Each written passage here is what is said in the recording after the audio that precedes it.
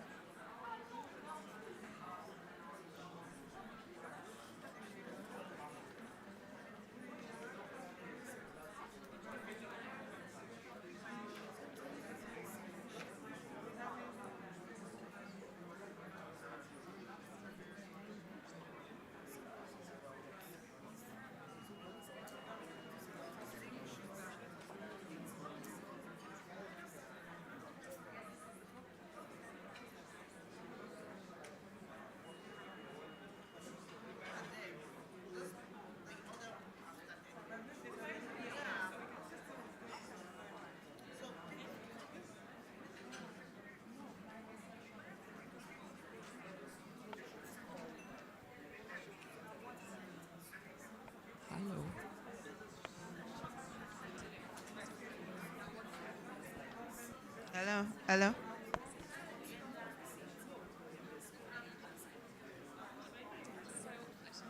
Sorry, I'm moderating. Where do you want? And I've got 3 panelists. Where do you want to sit in?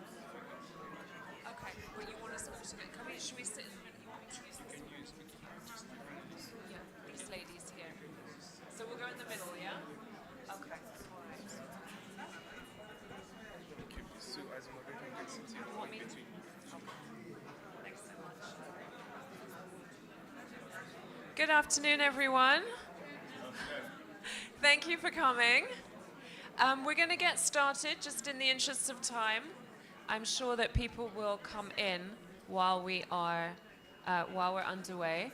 So I just want to introduce myself. My name is Sophie Mills. I am the gender lead for the FSD Network's collaborative program on gender. And the FSD Network is represented in Nigeria by Efina, who you may know from the work that they do. I'm going to invite my panelists to come up and join me, and then we'll give you a brief introduction to this session, because this session is actually being hosted by FinEquity Africa, and I'll just talk about that a little bit in a little bit of detail. Okay, so I'd like to invite Aisha Aminu to join. If Aisha would like to come up. Aisha is, thank you. Aisha is Country Director for New Faces, New Voices Nigeria, which is a network set up by the Gracia Michel Trust to drive women's leadership in the financial sector.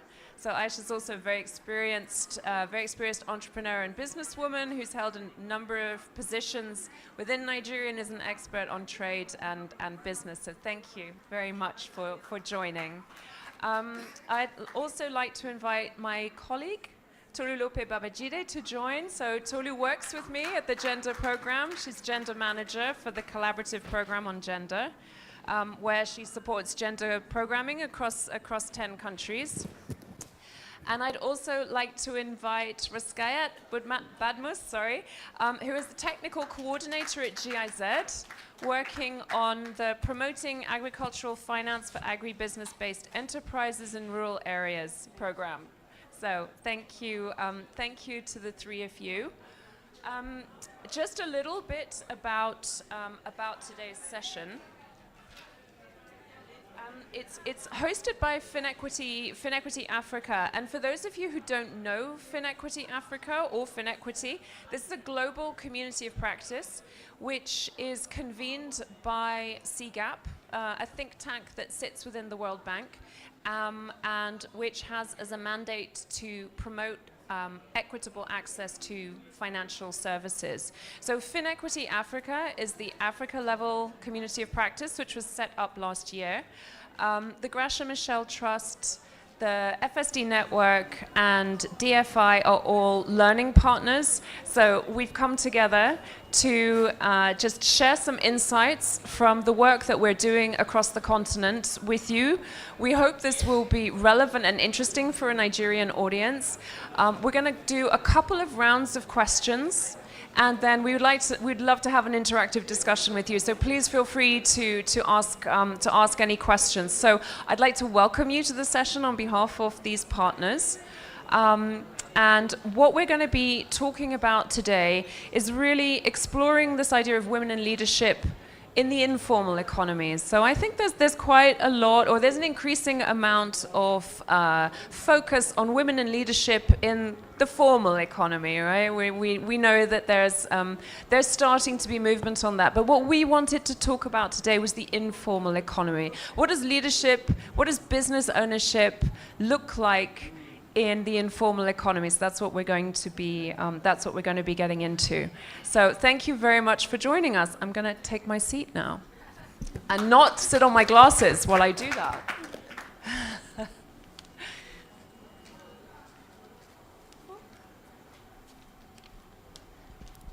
And because I'm high tech, I decided to put my questions on my phone, so instead of paper. You should applaud that. Yes, thank you. Right, so I'd like to start with you, Aisha, and I hope you have a mic. Great, thank you. So the Gracia Michel Trust has a strong focus on women's economic empowerment, and in particular, that agenda is focused on understanding what are the factors that drive success for women-led SMEs, MSMEs in Africa. So this has really been a focus of the work that the network has done. So based on your experience, what do you see as the critical determinants for success for women in leadership roles in the informal economy, the women whose businesses are the backbone of the African economy? Thank you.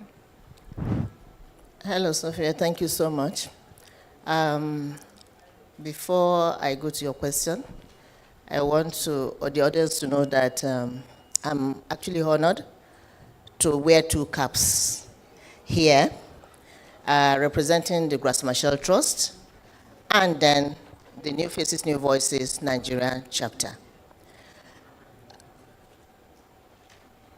From the questions you asked, Sophia, it's very important for the room to know that over the years, Gracia Michel Trust has impacted, a lot of, in fact, substantial women leaders across the continent. And you can understand when I say I'm really honored to be here representing Gracia Michel Trust. These women leaders and advocates have been supporting with their voices and influence through sector networks.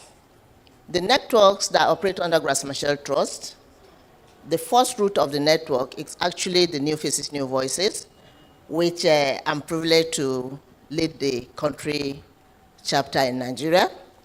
And then we have the African Women in Agric, we have the Women in Media, we have the African Women in Business, and then we have our Youth Impact Team.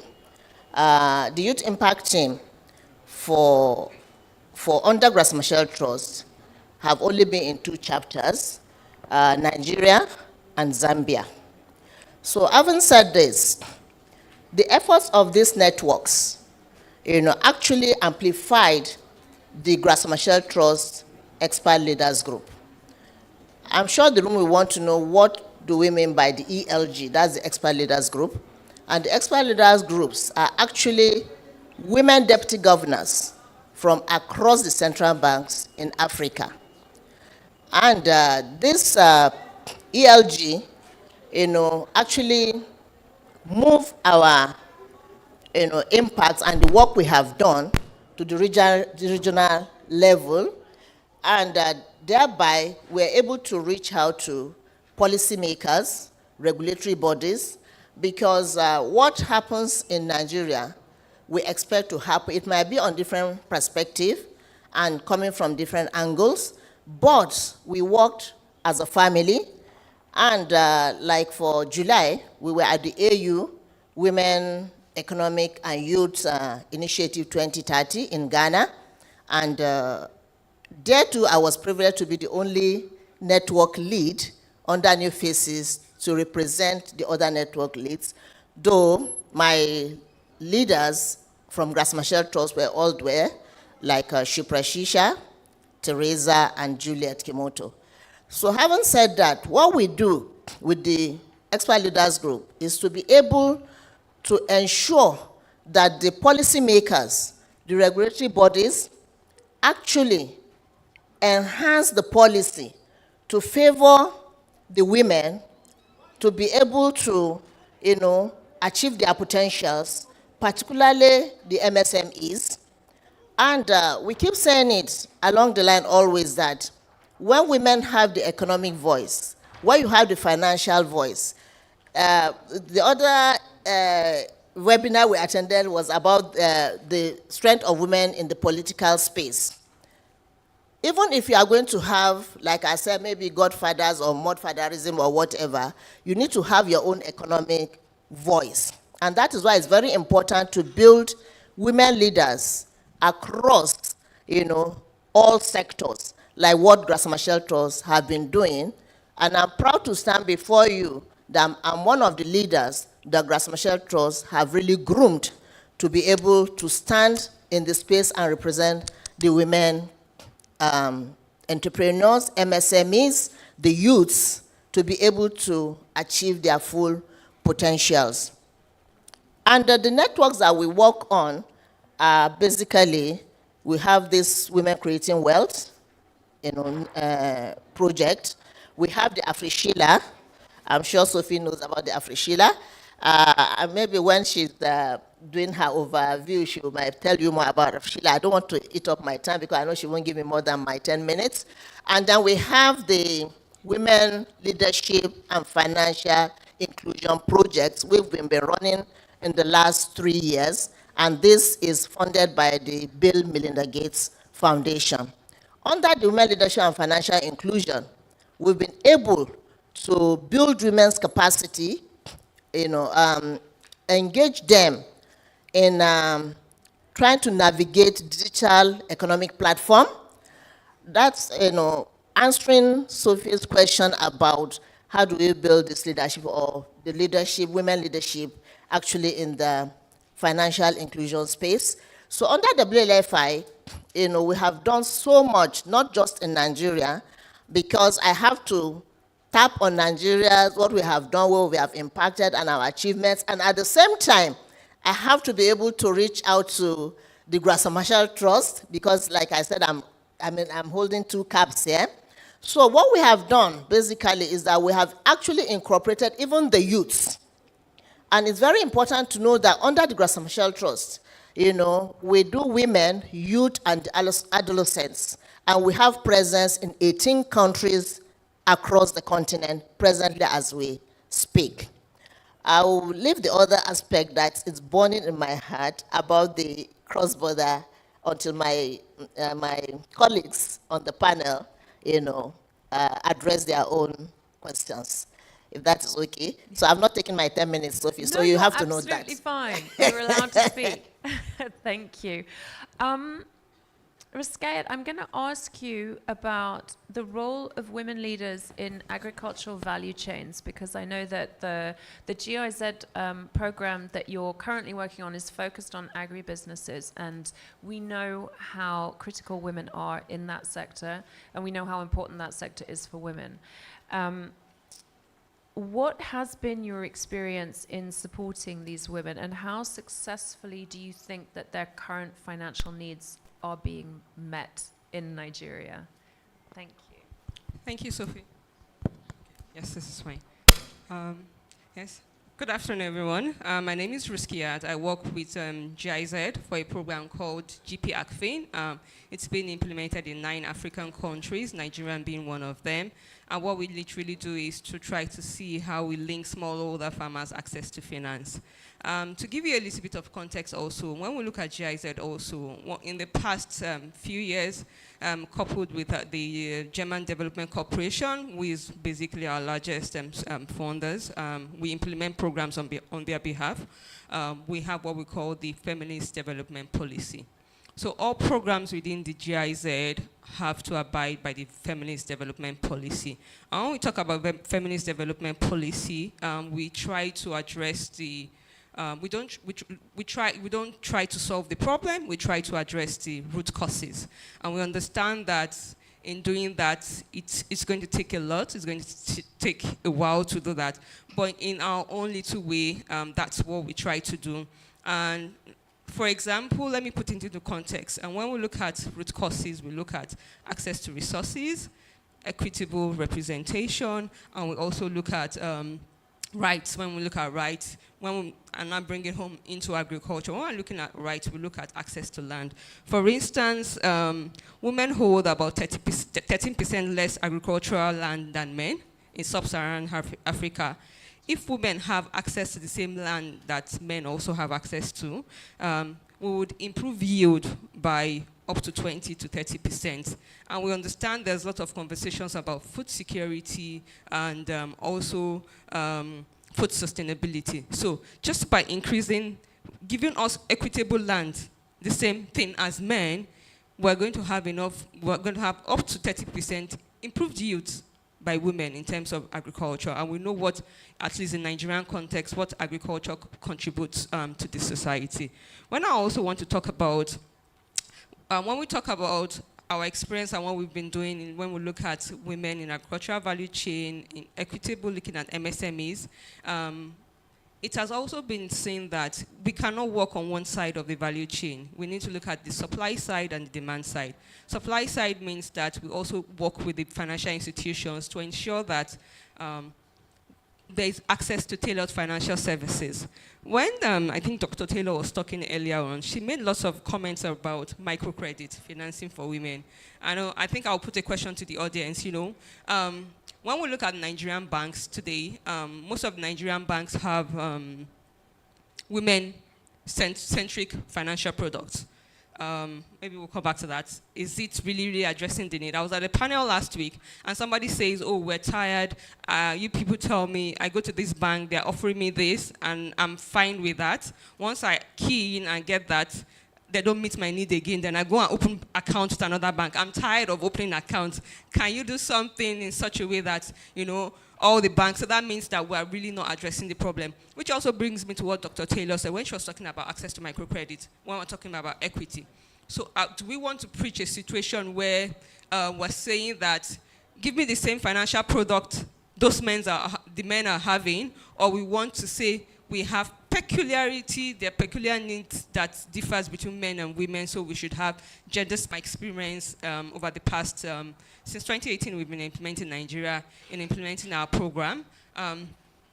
Access to, they don't know that they're giving out their income, they're giving out their business. So as a program, what do? What we try to do is to build their financial literacy capacity to understand access to finance. In fact, some informal rural women are afraid to go into the bank. They feel that it's not welcoming.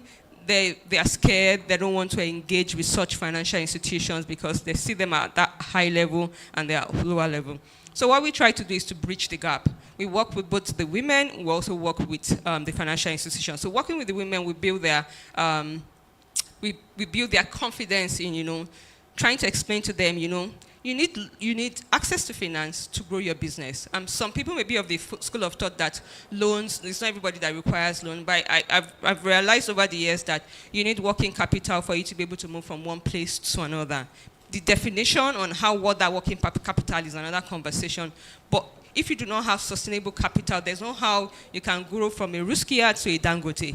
So there has to be additional support how that support comes in, you need to have it. So we work with them, we build their confidence, we look at them in the sense that we train them, we have different modules. Most importantly, we build their confidence to see their agricultural activities as a business, not as a subsistence farming, because most times people just do it as a side hustle or something by the side. They should be happy to do it and happy to go. And what we've seen is that with our capacity building, when we build the capacity, we also we link them to financial institutions, and with access to small, Dr. Taylor doesn't like microcredit, yeah. But with access to the microcredit that they've been able to get at that small scale level, because we're looking at the informal sector now, we've seen transformation changes. Some are able to employ other people, some are diversifying into processing, some are able to even save money and not really want to borrow money, but we also encourage growth to grow your business. So that's what we've been doing. Also on the financial institutions, because like I said, it's a bridge. We've also been working with the banks over the years to try and see how they can develop gender responsive financial products and services. A whole lot of commercial banks in Nigeria have, gender, a women product now. Is it really addressing the needs of the informal sector? I think that it is not. I may be biased. The microfinance banks that are really addressing or even catering to financial needs of the informal sector, so also are still at the teething stage. I'm not sure they have customized or developed products to women. So we are also working on. Currently, my project is working on developing the guidelines to banks on how they can develop a gender responsive financial product and services, which we hope that we will be able to share and disseminate to the banks, such that women are able to have tailored financial products and services. Thank you, Sue. Thank you. And I'm just going to ask a quick follow-up question, because I'm very aware that we are talking about financial services, because all of us here are wearing that hat, and financial services are not the only thing that are required for a woman to be a leader. You know, we're very aware of that. So maybe I'm just going to ask a quick follow-up. What else do you see as important for women in the value chains that you work in? What else do they need in order to be able to take up that position? Yes, finance is important, we know that, but I don't want our discussion to just be talking about this piece. It would be good to, from your experience, if you could talk to that just for a minute. Thank you. Thank you, Sophie, for bringing me back to that.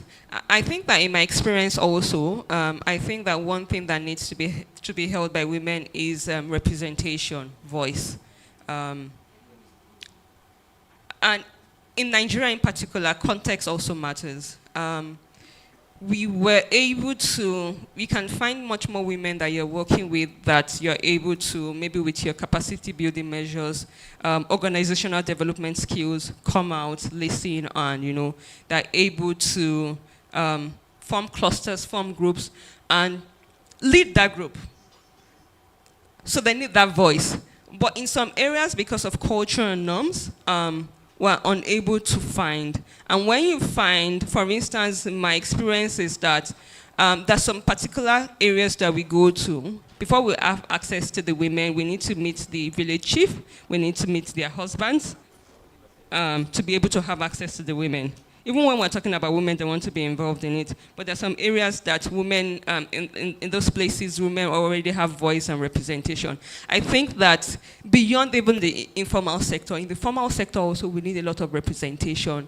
Women are underrepresented at any scale. Look at it from the political sector to the private sector, to the informal sector. There's a lot of underrepresentation. So as maybe Madam Aisha, as she's getting more within this space, she's a leader and voice, we need to have much more representation. I think representation is quite key. And organizational development, you need to have that voice.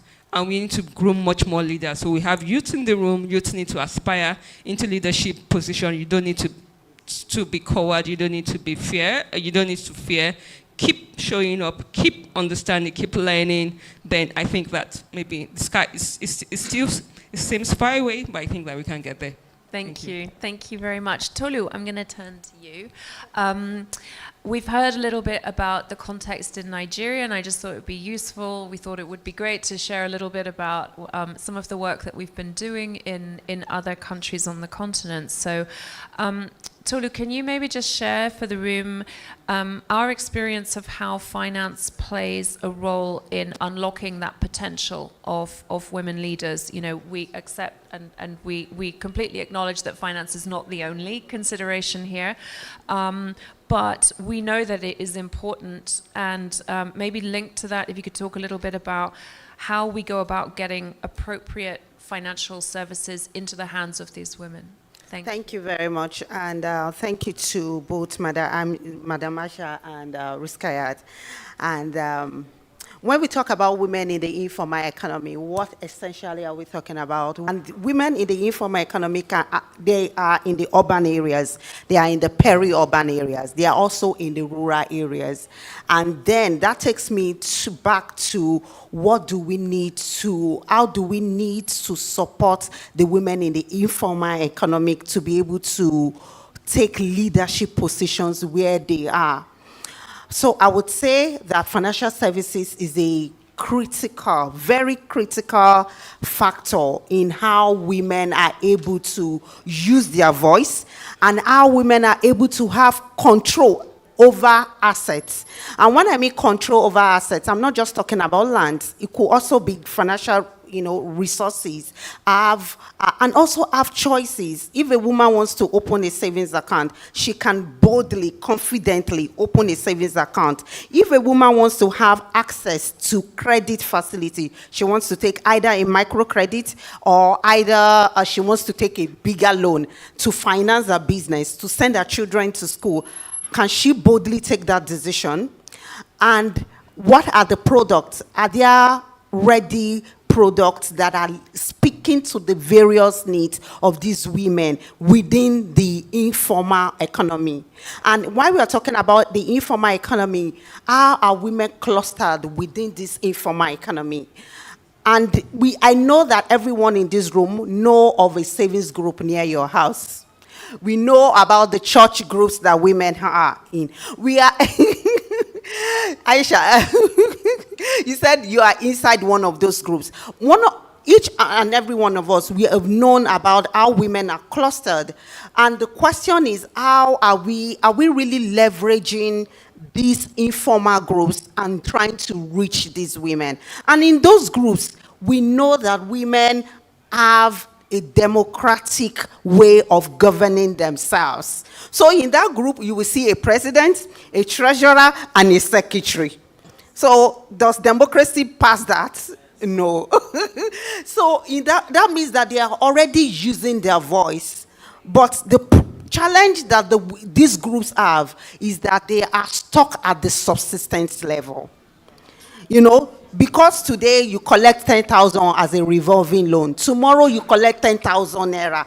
Next tomorrow, will that business be able to grow? No, you are just going to be totally stuck. So how do we then ensure that we identify these groups, we understand what their needs are, and we begin to design in context of their needs, we begin to design these products. And just as Sophie had mentioned, we are working on the gender collaborative program, and this is across 10 African countries. And what we've done is, in some countries, we have situations where we are designing contextualized products for women in the informal economy. For example, is in Mozambique. In Mozambique, we have a gender smart innovation facility. And what this facility does is to ensure that financial service providers are able to identify the various women segments. And I said it in an earlier panel that I was on. Women are not the same. Every woman in this group, in this hall now, do we have the same financial needs? Francesca might need money to go to the Bahamas. And you need money to send your children to school. And I need money to desperately ensure that I meet my mortgage, if I have a mortgage. Does that now make sense for us to have the same financial service? And that is what our work is centered around, to ensure that we enable the financial service providers to understand that there are various segments of women. And to understand that the needs of these women, you have to understand it, and then you need to be able to then design products. But it's not just about the design, it's also about how do we get it into their hands, because we've all agreed that, to be honest, for you to be economically empowered, for you to be a leader, you need money. Yesterday, during the panel session, when the Honorable Kafila was speaking, she was saying running for an election in Nigeria costs money. And we know that it's not just in Nigeria, it's everywhere. So for you to be able to even get to that level, that means that you have to have access. And you have to be able to use financial services so much that it now begins to significantly change your life. It begins to significantly shift you from that subsistence to a scale of productivity. And a lot of work, I know, that has been done by financial services, but we're still not there. And that is why we are having today's conversation. We need to do more. We need to push the agenda, and that is what we are doing. Thank you very much. Thank you, Tolu. I do think maybe, Tolu, I'm just going to ask you very, very briefly to describe a couple of the interventions we're doing, because I think it's useful to have very precise examples about what we're doing. So could you very briefly please talk about the work we're doing in Tanzania on alternative credit scoring? Yes. Please, thank you. I'm so excited to talk about the Tanzania example. So we know that collateral is a huge problem for women trying to access credit. Most of the times when women, the reason why women don't want to access credit is because they are asking them, can you go and bring your house? And you cannot bring your house because it's your father's house, it's your husband's house. You don't have access to it. But we also know that this same category of women, they are women that have been in this business for decades. They have an alternative data in the way they provide, they've been supplying to the off-taker, in the way the consistency in which they've been in a group, the consistency, the frequency of them repaying the revolving loans. So why are we not using this alternative credit, alternative data and use it as a credit history for these women? And that is what we are doing in Tanzania. We are working alongside with the FSD Tanzania team in working with financial service providers, in them understanding that there is an alternative data. You don't have to wait for a woman to bank with you for 3 years before you can give her a loan. You don't have to wait for a woman to bring all her family documents for you to give her 100,000. What about the alternative data that is already available? Do you consider that data enough, so much that you can give that woman a loan and give her, you can give her a credit? And that is what we are doing. Thank you, Tolu. And we're happy to give more information about that. Did you want to pick up on that? Yes, I wanted to pick up on that. So when we talk about credit scoring, yes, it's a tool, and I also wanted to bring it a little bit with Nigerian context. So in Nigeria, currently by policy, so that's why we also need to look at, as we speak about practicality, we also need to look at policies. CBN does not allow you to give out any loan without any loan above collateral. So even when we have this data, so in the informal sector now, a lot of what we see is now group guarantees, which is the alternative that we're using. I just wanted to chip that in there, yes. Yeah, I think that's an excellent point, that making sure that the regulator understands the specific needs that women face and what women's products need to look like is a critical part of this conversation. I'm going to go back to you, Aisha, please. I'd be interested to know, because obviously New Faces, New Voices in Nigeria has its own program of work, but you're also speaking on behalf of the network, which is continent-wide. Could you just give us some indication of your thoughts around how easy it is going to be to replicate this program, to replicate the impact of New Faces, New Voices. How straightforward do you think it is to support the next generation of women leaders in business? Are there certain barriers that we should be aware of, or what are your aspirations for the future? Thank you. Yeah, thank you, Sophie. And I breathed down because I wanted to chip in some things from what Riskat has said and what Tolu had said. For us, because we represent the women, and I want to share a story that, in fact, it's ongoing right now. Kano had their own onboarding with ASEAN Microfinance Bank yesterday, and Lagos are coming up. Oyo had their own on the 2nd, and Kebbi is coming next. I think they are doing their virtual convening today because of the security issues, so the bank team cannot go there. And then Gombe is coming up next week. So what I want to chip into to my two sisters is that we have done a lot to be able to bring these women to this level of trying to assess, favorably enough, a one-digit facility, which is very rare to come in the financial institution these days. But we're able to clinch that because we have a partnership with ASEAN Advisory International, and they brought us to the table with ASEAN Microfinance Bank. And before I go to the core issues about financial services and products, the women too, we have issues. Number one, there's this issue of lack of trust, especially when it comes to banks. We'll be able to build their trust around that.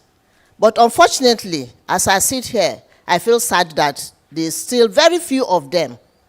We mapped for Oyo men out of 64 that went through the capacity building and the digital economy space, but only 14 attended that onboarding on the 2nd. For Kano, we had 70. Only 24 attended the onboarding yesterday. So you see, the issue is not us and our partners here, Finiquity, FSD, Grassmarshall Trust, the parent body, doing what we need to do. We know what it took us to be able to bring ASEAN to the table, but the women, the acceptance was very discouraging. So that for the women, I think we still need more to do to build up their trust, And I know some of them that will say we will never do mobile banking. We were able to support 16 youths from February this year. And we had support from Net Microfinance Bank that gave them free POS machines. Then from TZPay that gave 4 POS machines with support from me as a personal support for those 4. But some will come to me, ma, no, they have deducted my 30,000. And if I don't get my 30,000, And honestly, sometimes I don't even get my sleep. I won't lie to you. And at times, I'm a human being. I feel tired and I say, why did I put myself into this? But, put that aside for another discussion for another day to be able to build their resilience, their commitment, and their, confidence to be able to work in the financial space. But financial space is not actually my core area and what is burning the passion I have. It's about the informal economy that we are talking about. We are talking about the women in the agric that my dear sister has spoken.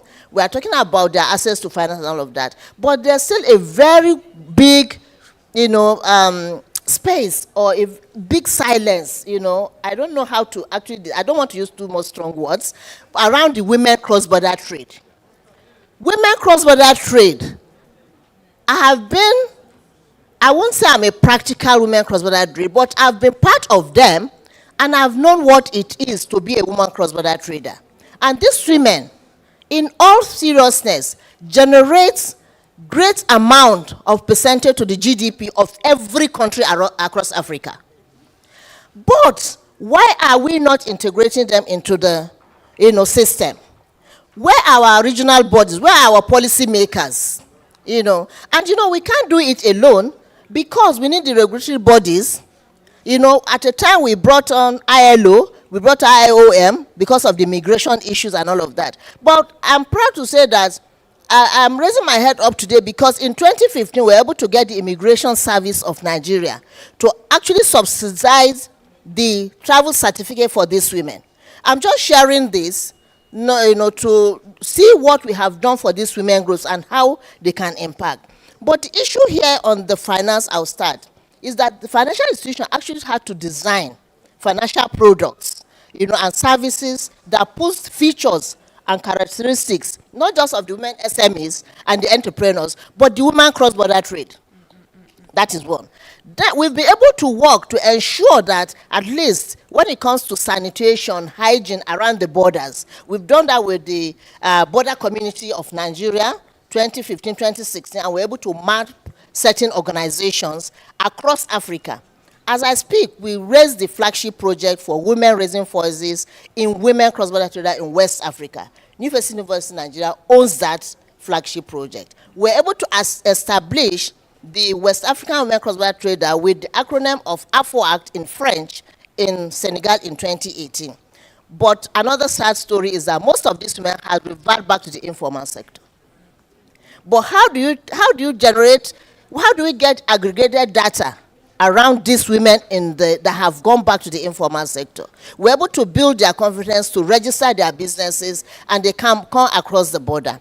Having said that, if we're able to build small businesses and the financial institutions are able to put their consideration in designing their products and services to address their characteristics, until we'll still go a long way, not just about the financial aspect or the financial digital finance and all of that, but as well their entry is always easy.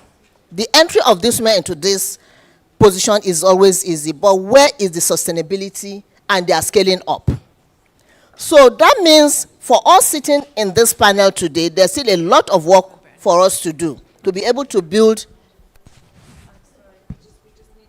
Sorry to interrupt you, Ma. I'm so sorry. So I realized that there are some people here who are supposed to be in the Amplifying the Blind Spot Gender Inclusion at the Center of National Agricultural Policy panel breakout session. So it was supposed to be here, but now it has been moved to Obecha A and B. So if you intended to attend that session, please move to Obecha A and B. Thank you. Okay. No worries. Thank you. Sorry. Do you want to wrap up?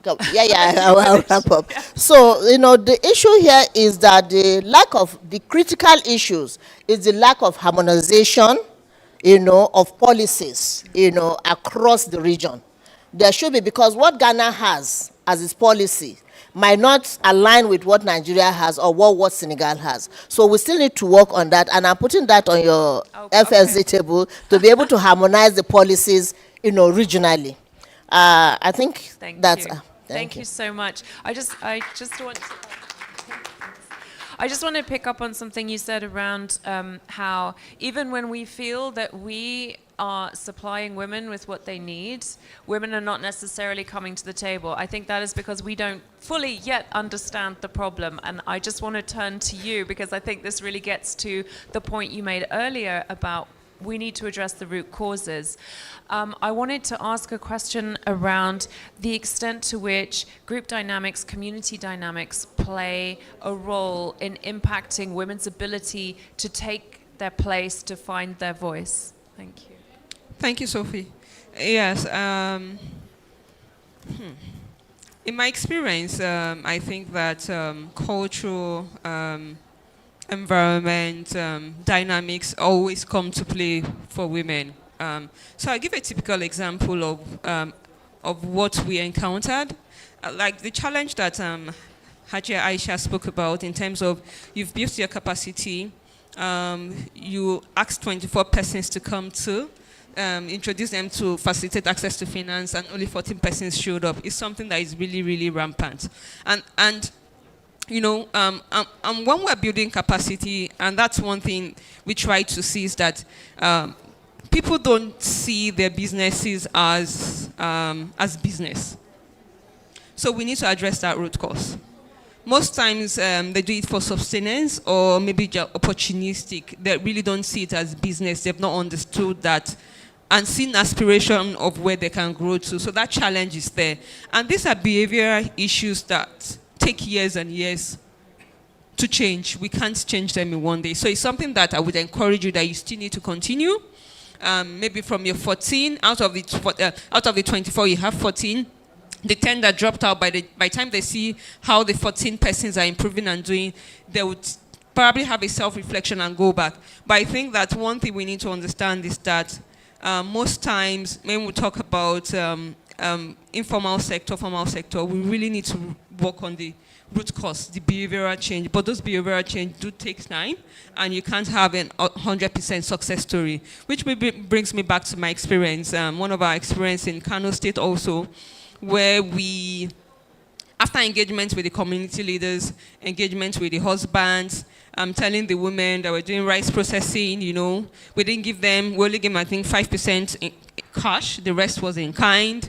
You're supposed to pay back. Even the 5% in cash, some deferred and gave it to their husband. By the time the input was also delivered, some deferred and gave it to their husband. And when it was time to repay, it was bashiga. You cannot find them. You cannot enter. You cannot see them.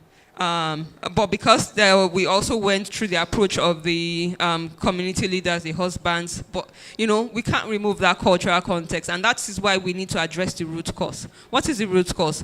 It's a behavioral change that would take time. I think that I think it was Demola, the other lady at the plenary before we left at the Face Me, I Face You panel, said that, yes, women, when we talk about gender equity, that women have place, women have place. Even personally, I don't believe that a place of a woman is kitchen. Like I said, personally, I think that everything can be shared, but that's what she said. And those are the kind of roadblocks that we're always going to be getting. We need to be able to see how everybody is an equal partner, we're all contributing. If the man appreciates that the woman, the rice processing that this woman is feed the family is going to bring money, is going to cost money for school fees, then there's no need for him to have collected that money, collected the produce, and not use it to generate income. They were looking for the women to repay back, and they didn't see them. So these are like practical examples of what we see, even when we build capacity and support, but we still see them.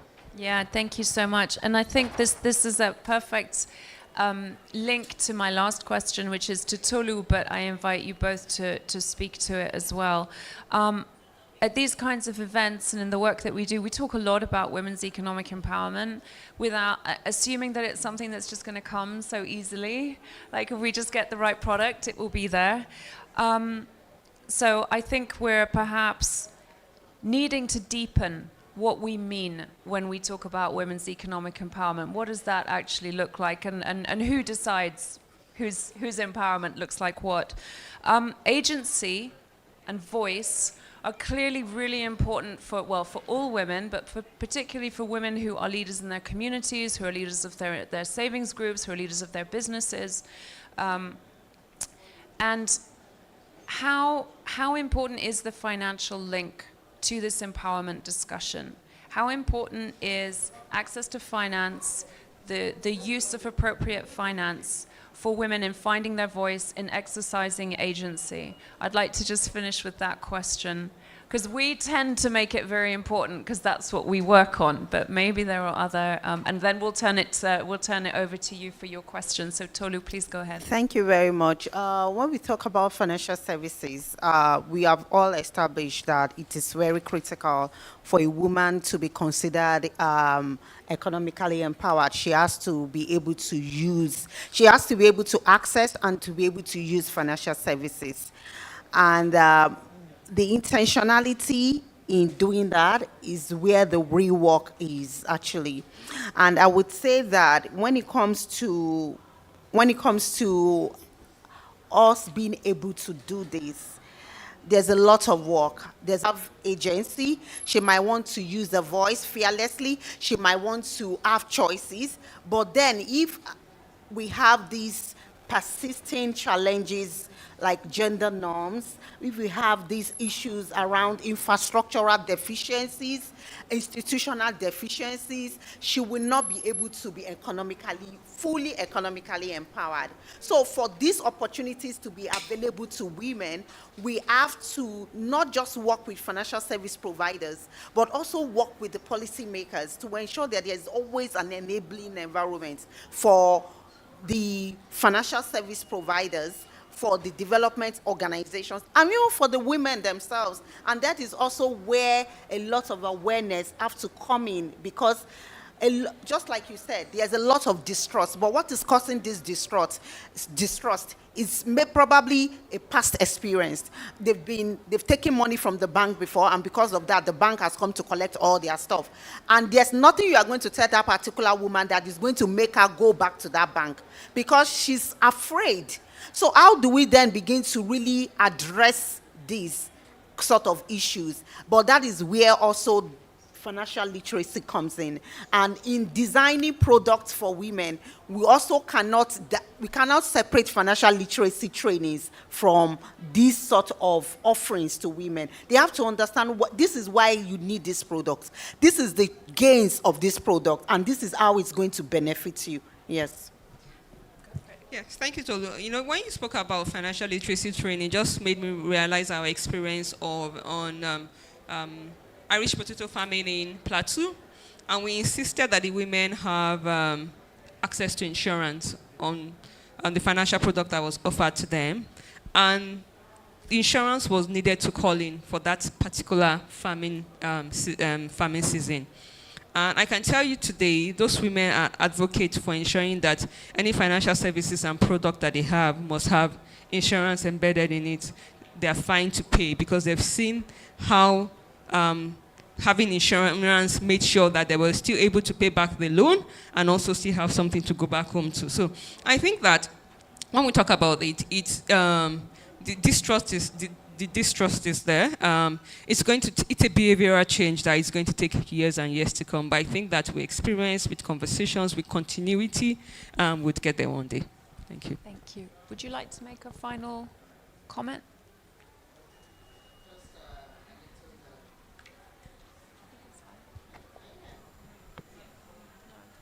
Hello? Yeah, just to add to what Tolu and my sister Rizka has said, is that particularly on the issue of insurance, you know, it's very critical. And not just insurance. We find that some of these women, especially with the agri women in smallhold farmers, you know, they don't have, you know, plans. And that's where the financial literacy issue comes in. They should be able to define, you know, and then have the, you know, access to be able to access these insurance policies, and also to be able to address them on the issue of pension. Some of them, you know, their children migrate to the urban areas and they're working all their lives, and when they get to a day that they cannot work again, where do they fall back to? And some of the time the children don't even come back to them. So this issue of pension is very critical as well, while we are talking of access to finance.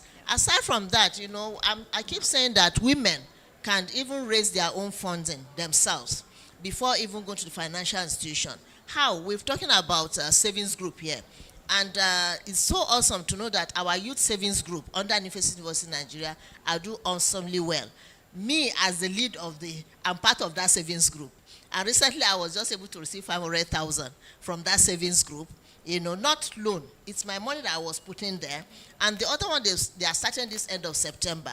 Every person, I think they have 12 now, will be going away with about 1 million naira. So what that does is that you can build your own capital gradually. I always advocate, you know, start small, you know, and grow big. Then having said that, like, you know, women need to like support women. We've been talking about this women supporting women since yesterday. And this takes me to Oprah Winfrey's quote that she says, when women, you know, hold each other or support each other, we can do very powerful things. So I'm closing on this note. Thank you so much. Ladies, thank you very, very much for your participation and for all your insights. I don't know if we have any, we do, we have questions. I don't know how this is supposed to work. I think we've got, well, I'll let you. Yeah, I think we have 4 questions, so we'll go with that. Thank you.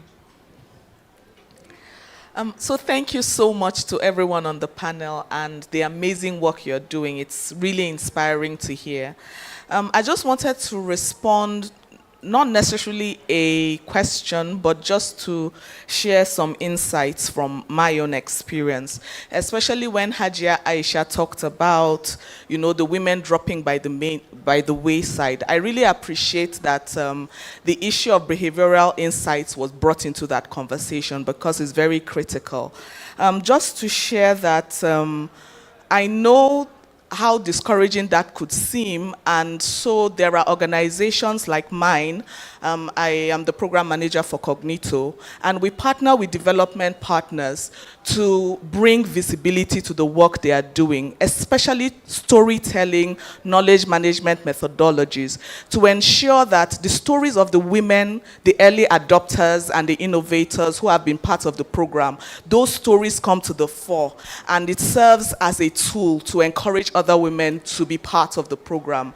And that's the sort of partnership that we've built in the line of our work, because as development partners, we realized that that was a gap, and so we came out and decided, you know what, let's support other organizations to ensure that storytelling, knowledge management, visibility, amplifying voices through various mediums is a reality that can be leveraged on to attain greater impact. Thank you and well done. Thank you. Thanks. Good afternoon, everybody. Yeah, my name is Ajay Ernest from Edo State. By His grace, I'm the founder of Frontline Life Empowerment. I actually was invited by Mr. Friday Wonkolo yesterday, and my major observation is we're talking about financial inclusion. Our major role is assisting these women. I was a staff of LAPO. You all should know LAPO. I worked with LAPO 8 years before joining FCMB. So gradually I fell in love with this women's setting. Because I, for one, graduating from the school, joining LAPO 2007, it was not easy doing that work as a boy then, sitting around women, 20 women, 30 women in the street of Ibadan. So before you knew it, I fell in love. So 2015, I was also recommended by somebody to join FCMB when FCMB started the group lending too. So over time, I went to Lagos to see a friend whose uncle, sorry, I might take a little time, but I just want to land somewhere, who helped me to cross to the main bank of the FCMB. But I looked, I said, gradually I'm now in the main bank. Before you know, I will leave this microfinance. I said, no. I did registration. 2022, I started Frontline in Suleja. I registered and I got an office. So over time, I've been building it. Mr. Friday, I spoke to him. He said, no, Ernest, come to this place. So I believe coming here, we should also get more mentoring and some other contact that can also help us grow. When I traveled to Kenya this year around April, May, I noticed something in Kenya. I was opportunity to visit 3 microfinance there. My Credit Cycle and Bashira also. I noticed they are technologically inclined. You see women there, they don't even give credit or loan officers money by hand. That was what one of the MD was telling me. He said, in Nigeria, Ernest, this should be one of the things people should preach. It will also reduce fraud. Then one of the panelists also talked about Bashiga in the northern part. That is also a critical aspect that needs to be looked at. When these women are gathering, you are giving them money, they are so happy. But it gets to a point, the next thing you can't enter again, you start saying Bashiga. And that also tells on the business, bringing bad loans. Thank you. Thank you. The lady, thank you. Oh, 2 ladies, thank you. Sorry, please, questions, and be brief, please. You didn't tell anybody to be brief. It's only when you saw me in size. Is it my size that is scaring you? Sorry, ma'am. Oh, never mind. I'm just joking. Hello, everyone. Hello. My name is Dr. Saudatu Zareddin from International Fund for Agricultural Development under the Country Program Advisory Team. So I have 3 things to raise up based on the presentations from the 3 lovely speakers. They were very good in bringing up the core issues. But I still want us to reflect back on the context of Nigeria. As women, we still have issues with our men. Have we been able to raise issues regarding domestic violence that is hindering women from accessing credits? Also, apart from credit, what happened to grants? Is it only loans that we're looking out for? What about grants? We have seen foundations like Tolu and Emile where you can present a business plan and it's been assessed and it's been ticked as a progress marker whether to move or to take it off. So what happened about grants that can be supported for the women groups? And then also,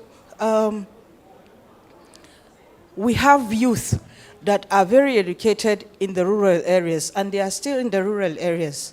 Have we been able to look out for teaching them how to write proposals to seek for grants by themselves? Have we been able to look out for that?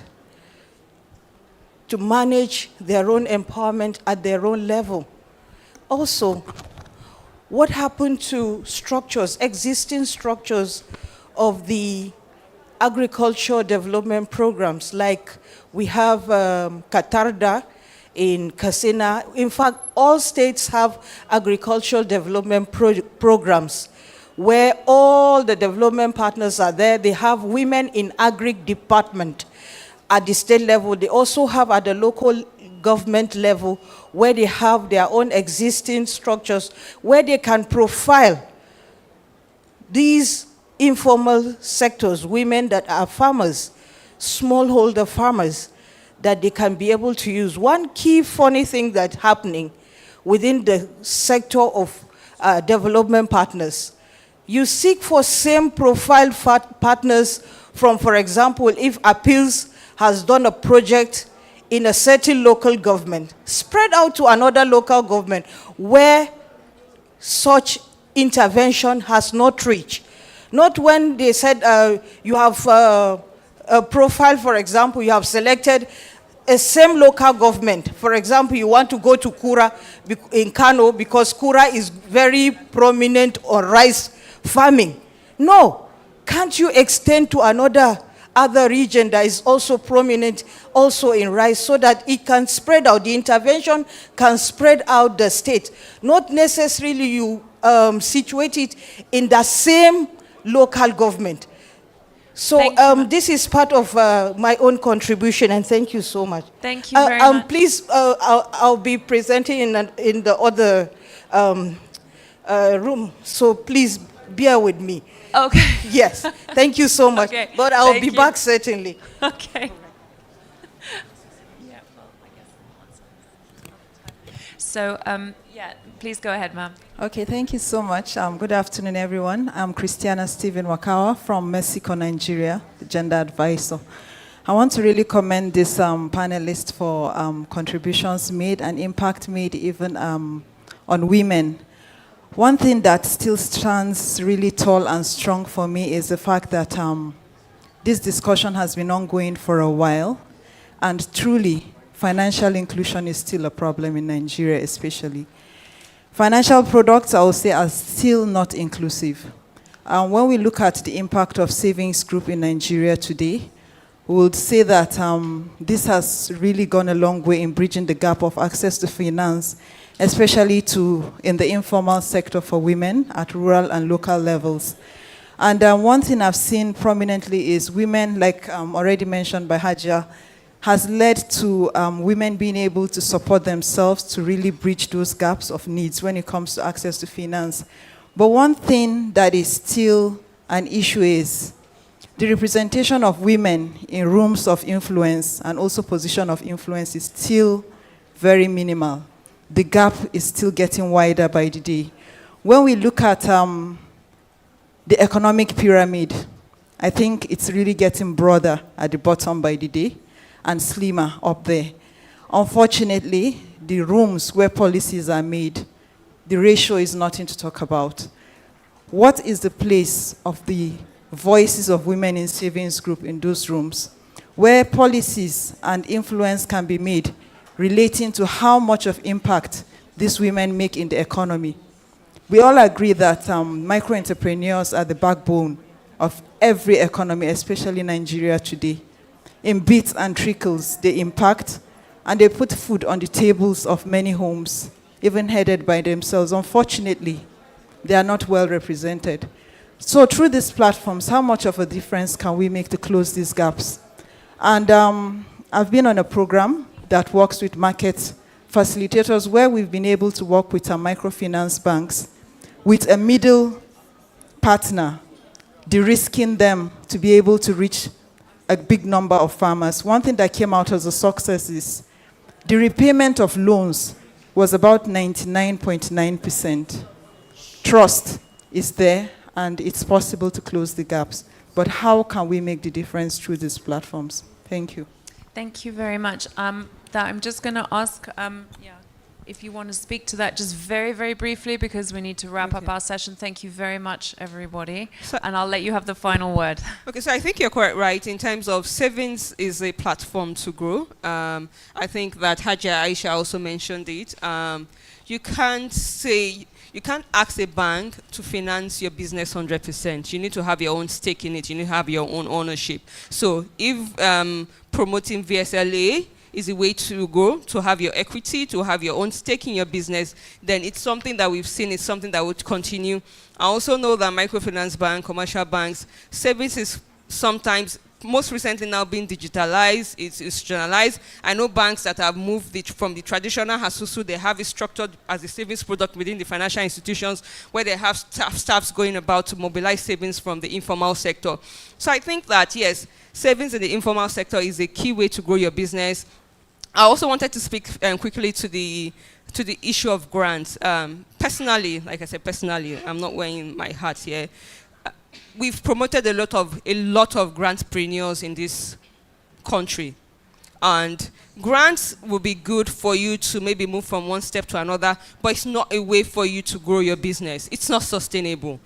So when there is a grant opportunity, it is fine for you to apply to help you solve some of the problems or address some specific needs, but grants should not be looked at from a point of it is the only solution to your problem. I think that's just what I'm going to say.